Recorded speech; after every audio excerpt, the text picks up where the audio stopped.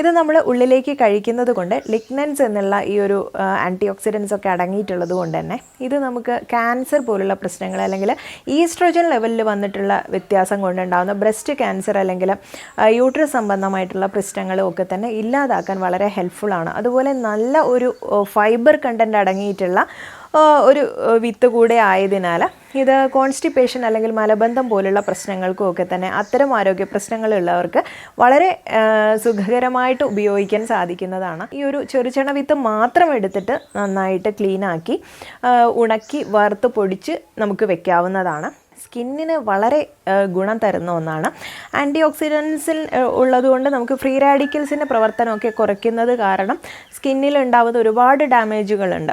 അതൊക്കെ കുറയ്ക്കാൻ വേണ്ടിയിട്ട് വളരെ ഹെൽപ്ഫുള്ളാണ്. അല്ലെങ്കിൽ UV റേസിൽ നിന്നുള്ള പ്രശ്നങ്ങൾ, സൺലൈറ്റ് ഏറ്റ് കഴിഞ്ഞാൽ ഉണ്ടാകുന്ന ബുദ്ധിമുട്ടുകൾ, പിഗ്മെൻറ്റേഷനൊക്കെ കുറയ്ക്കാൻ നമുക്കത് ഉപയോഗിക്കാം.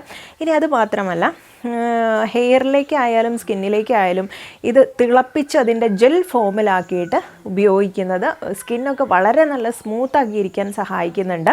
ഇനി മറ്റൊരു ടിപ്പ് എന്ന് പറയുന്നത് നമ്മുടെ കൈകളിലൊക്കെയാണ് ഏറ്റവും കൂടുതലായിട്ട് ചുളിവുകൾ കാണപ്പെടുന്നത്. കൂടുതൽ നമ്മൾ വെള്ളത്തിലോ സോപ്പ് അങ്ങനെയുള്ള കാര്യങ്ങളൊക്കെ ഉപയോഗിക്കുമ്പോൾ അത് മാത്രമല്ല ഒരു ഏജ് കഴിഞ്ഞാൽ സ്കിന്നിൽ ആ ഒരു കൊളാജൻ പ്രൊഡക്ഷൻ കുറയുന്നതിനനുസരിച്ചിട്ട് സ്കിന്നിൽ സാധാരണയായിട്ട് ചുളിവുകൾ വരാറുണ്ട്.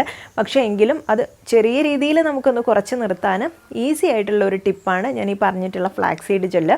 മുഖത്തായാലും കയ്യിലായാലും കാലിലും ഒക്കെ തന്നെ ചുളിവുകൾ ഉണ്ടെങ്കിൽ അപ്ലൈ ചെയ്ത് കഴിഞ്ഞാൽ അധികം നമുക്ക് ചിലവില്ലാത്തൊരു പണിയാണ്, പിന്നെ ചെയ്യാൻ എളുപ്പമാണ്.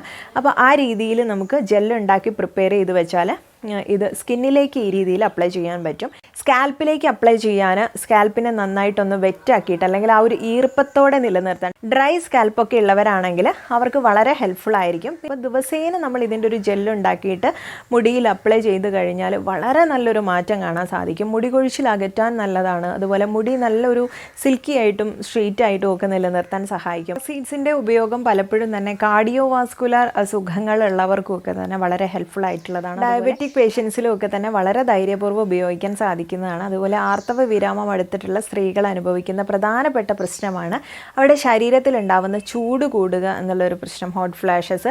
ഇതിൻ്റെ ഇത്തരം സിംറ്റംസ് ഒക്കെ കുറയ്ക്കാൻ വേണ്ടിയിട്ട് അല്ലെങ്കിൽ നമ്മുടെ ശരീരത്തിലെ ആ ഒരു ഈസ്ട്രോജൻ ലെവൽ നോർമൽ ലെവലിലേക്ക് ആക്കി വരുത്താൻ വേണ്ടിയിട്ടും ഒക്കെ തന്നെ വളരെ ഹെൽപ്ഫുൾ ആയിട്ടുള്ളതാണ്.